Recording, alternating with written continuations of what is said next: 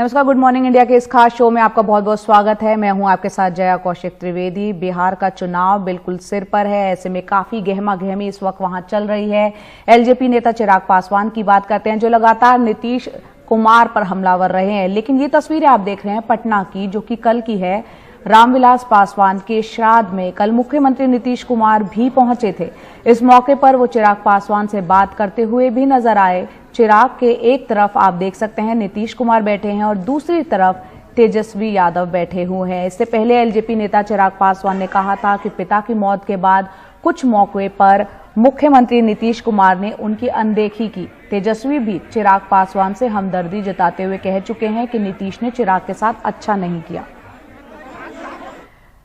और वहीं लोक जनशक्ति पार्टी के अध्यक्ष चिराग पासवान आज से बिहारी फर्स्ट चुनावी यात्रा की शुरुआत करेंगे। चिराग पासवान बस से जनता के बीच जाएंगे। वहीं पार्टी के अन्य नेता और सांसद हेलीकॉप्टर से चुनाव प्रचार में जुटेंगे।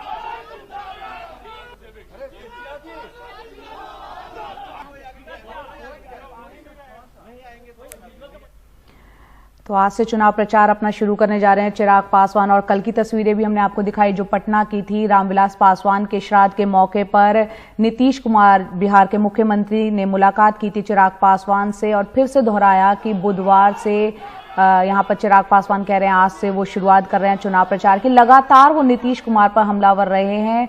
अब उन्होंने कहा है कि उनका लक्ष्य यही है कि नीतीश कुमार दोबारा से मुख्यमंत्री न बने। आप कल से निकल रहे हैं, बाहर निकल रहे हैं जी के लिए, क्या कहेंगे इस पर? कैसी तैयारी है? नहीं, बिल्कुल। अभी तो पिताजी का जो कार्यक्रम जो पूरा चल रहा था उसी में ही थोड़ा सा व्यस्त था, पर अभी कल से पूरी तरीके से जनता के बीच रहूंगा और जनता तक बिहार फर्स्ट, बिहारी फर्स्ट को मजबूती से लेकर जाऊंगा और मौजूदा मुख्यमंत्री पुनः कभी दोबारा प्रदेश के मुख्यमंत्री नहीं बने, इस संकल्प के साथ निकला। और वहीं महागठबंधन की तरफ से मुख्यमंत्री का चेहरा है तेजस्वी यादव। वो भी चुनाव प्रचार तेजी से कर रहे हैं। आज वो 12 चुनावी सभाओं को संबोधित करने जा रहे हैं। एक दिन में 12 रैली इस चुनाव में पहली बार तेजस्वी यादव कर रहे हैं। वो रोहतास और औरंगाबाद में चुनाव प्रचार करेंगे और लगातार वो नीतीश कुमार पर हमलावर बने हुए हैं।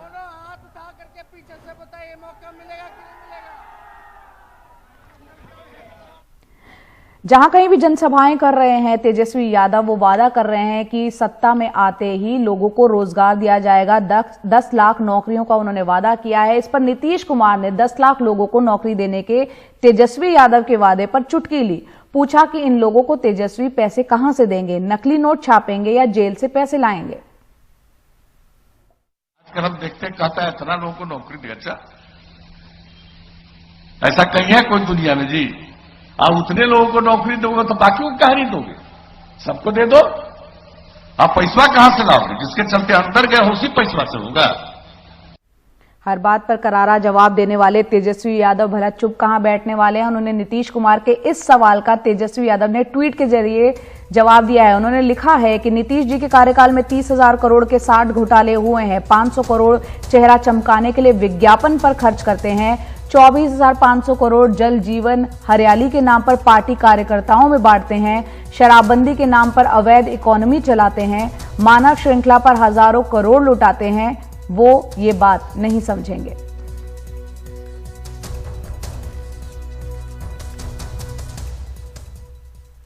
बिहार के चुनाव में इस बार फिर बाहुबलियों और आपराधिक पृष्ठभूमि वाले उम्मीदवारों का बोलबाला है। बीजेपी और आरजेडी के करीब 3/4 उम्मीदवारों पर कोई ना कोई आपराधिक मामला है।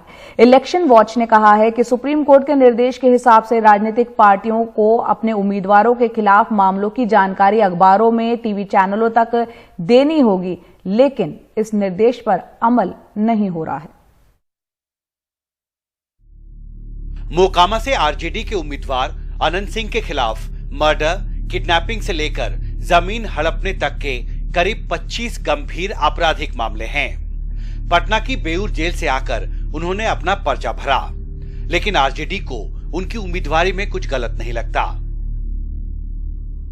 बाहुबलियों को आपने बहुत ज्यादा टिकट दिया। रेप के आरोपियों को यह कहा जा रहा है कि आप अभी भी आपराधिक गुंडों के सर्वे के आधार पर हम लोगों ने टिकट इस बार दिया है और जो भी मामले हैं अभी तक कोई फैसला नहीं हुआ है। उच्चतम न्यायालय, हाई कोर्ट में ये पेंडिंग मामले हैं। दरअसल एडीआर और इलेक्शन वॉच की तरफ से जारी ताजा रिपोर्ट के मुताबिक बिहार में 28 अक्टूबर को होने वाले पहले चरण के चुनाव में कुल 1064 में से 328 उम्मीदवारों ने माना है कि उनके खिलाफ आपराधिक मामले हैं, यानी कुल 31%। आरजेडी के सबसे ज्यादा 73% उम्मीदवार आपराधिक पृष्ठभूमि के हैं। इसके बाद दूसरे नंबर पर बीजेपी है, जिसके 72% उम्मीदवारों ने अपने खिलाफ आपराधिक मामले घोषित किए हैं। 13 फरवरी 2020 को सुप्रीम कोर्ट ने सभी राजनीतिक दलों को यह आदेश दिया था कि वो चुनाव में अपने उम्मीदवारों की आपराधिक पृष्ठभूमि की जानकारी सोशल मीडिया, अपनी वेबसाइट और स्थानीय अखबारों में देंगे और ये भी बताएंगे कि उन्हें क्यों चुना गया। लेकिन इलेक्शन वॉच के संस्थापक जगदीप छोकर कहते हैं, सुप्रीम कोर्ट के आदेश का बिहार में पालन नहीं हो रहा है। उच्चतम न्यायालय के आदेश के अंतर्गत चुनाव आयोग को, उच्चतम न्यायालय को इसके संज्ञान देना चाहिए। अब वही देखना है कि अगर ये लोग कहाँ छापते हैं, अगर छापते हैं तो और क्या ये इलेक्शन कमीशन को देते हैं, जैसे आपने कहा 3 दिन के अंदर अंदर देना चाहिए, और अगर नहीं देते हैं तो इलेक्शन कमीशन या ये केंद्रीय चुनाव आयोग क्या एक्शन लेता है ये पता लगेगा। और हमें ये सारी सूचना इकट्ठी करके सुप्रीम कोर्ट के संज्ञान में लानी पड़ेगी कि देखिए जो आपने आदेश दिया था उसका कोई पालन नहीं हुआ है। दरअसल आपराधिक पृष्ठभूमि वाले उम्मीदवारों की संख्या इस बार बिहार में कितनी ज्यादा है, इसका अंदाजा इस बात से लगाया जा सकता है कि पहले चरण की 71 सीटों में से 61 सीटों में 3 या उससे ज्यादा उम्मीदवारों के खिलाफ आपराधिक मामले हैं। इस चुनाव में जो पहला चरण है इसमें 71 चुनाव क्षेत्रों में चुनाव हो रहा है, और मुझे तो ये जान के बड़ा धक्का लगा कि 71 में से 61 यानी कि 86% चुनाव क्षेत्र रेड अलर्ट क्षेत्र हैं, जिनमें 3 या 3 से ज्यादा उम्मीदवारों के खिलाफ आपराधिक मामले दर्ज हैं। इससे पहले देश में जब भी ये हम करते थे और बहुत सालों से करते आ रहे हैं, ये नंबर 50 के करीब होता था, 50 से ऊपर कभी नहीं हुआ। लेकिन अब ये 86% हो गया है। ये मेरे हिसाब से तो बहुत चिंता की बात है। आपराधिक पृष्ठभूमि वाले नेताओं को चुनावी राजनीति से दूर रखने की कोशिश सुप्रीम कोर्ट से लेकर चुनाव आयोग पिछले कई साल से करते रहे हैं, लेकिन बिहार चुनावों के ये ताजा आंकड़े बताते हैं कि इन आदेशों को जमीन पर गंभीरता से लागू नहीं किया जा रहा है। पटना से मनीष कुमार के साथ दिल्ली से हिमांशु शेखर, एनडीटीवी इंडिया। दिल्ली में अभी ठंड ठीक से शुरू भी नहीं हुई है, लेकिन प्रदूषण बढ़ने लगा है। पिछले 1 हफ्ते से दिल्ली में एयर क्वालिटी इंडेक्स यानी वायु की जो गुणवत्ता है वो 200 के ऊपर यानी बेहद खराब स्तर पर पहुंच चुकी है। लेकिन सबसे हैरान करने वाली बात यह है कि जिन 2 एजेंसियों के पास प्रदूषण कम करने का जिम्मा है वो स्टाफ की कमी का रोना रो रहे हैं।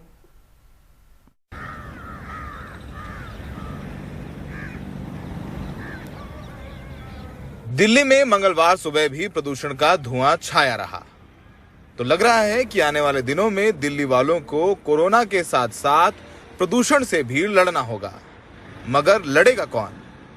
दिल्ली में प्रदूषण नियंत्रण का जिम्मा दिल्ली प्रदूषण नियंत्रण बोर्ड का है, लेकिन बोर्ड में ही काम करने वाला स्टाफ ही नहीं है। सूत्रों की माने तो 343 स्वीकृत पदों में 240 पद रिक्त हैं। 103 के स्टाफ में कई लोगों को दिन और रात ड्यूटी करनी पड़ रही है। स्टाफ ना होने की वजह से सिर्फ 35 लोग ही पेट्रोलिंग पर जा पा रहे हैं। पूरे डीपीसीसी में वायु प्रदूषण के लिए सिर्फ एक ही वैज्ञानिक है। दिल्ली प्रदूषण नियंत्रण बोर्ड दिल्ली सरकार के अंतर्गत है।